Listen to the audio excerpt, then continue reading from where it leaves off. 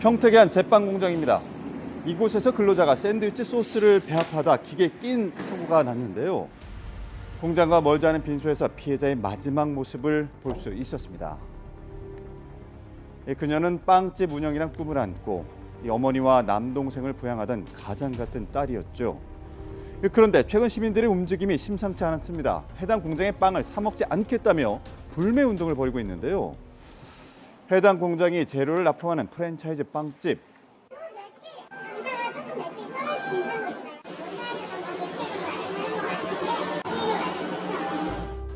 국내 최다 점유율을 가진 제빵 전문점이지만 최근 매출이 줄었다고요.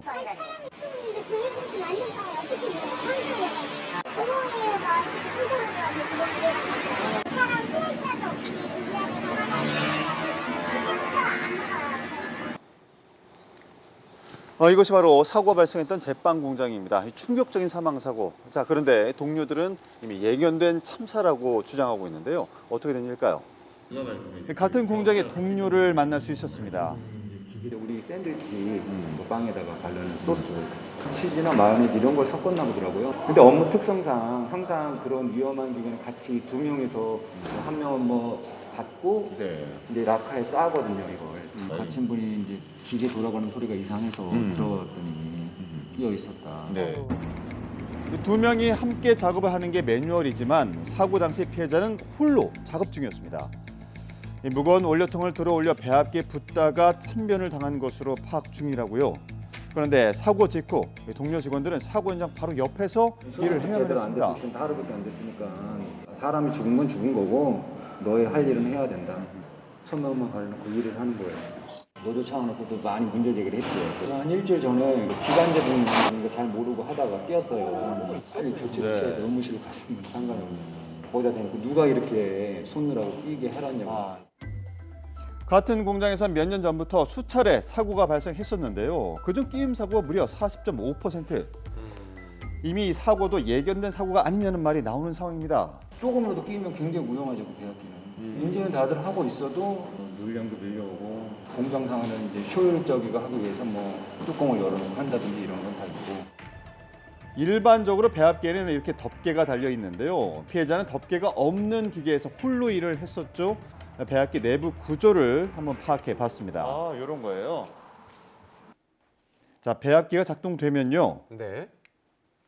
통 안에 내용물 섞이게끔 이제 회전체가 돌아가면서 이제 혼합이 다 되면은 이제 통을 기울여서 바깥으로 쏟아내는 형식이고요. 일단 인터록 장치가 있으셔야 되고요. 인터록 장치라는 거는 회전날이 드러났을 때 무조건 꺼지게끔 뚜껑을 열었을 때 회전날이 드러나면 이 상태에서는 무조건 멈춰야 되는 거예요.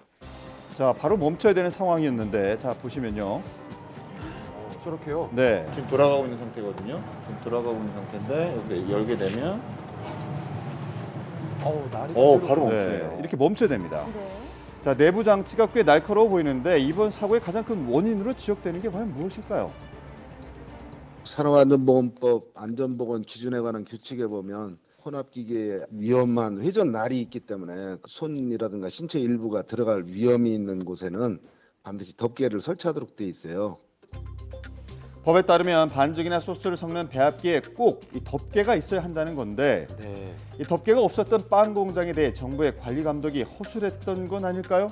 올해 한번 사고 감독을 나가긴 했습니다. 가서 확인을 했을 때 덮개가 없이 가동되는 기계는 발견하지 못한 걸로 알고 있습니다. 만약에 덮개가 되어 있지 않은 게 확인이 됐다면 조치를 했었겠죠.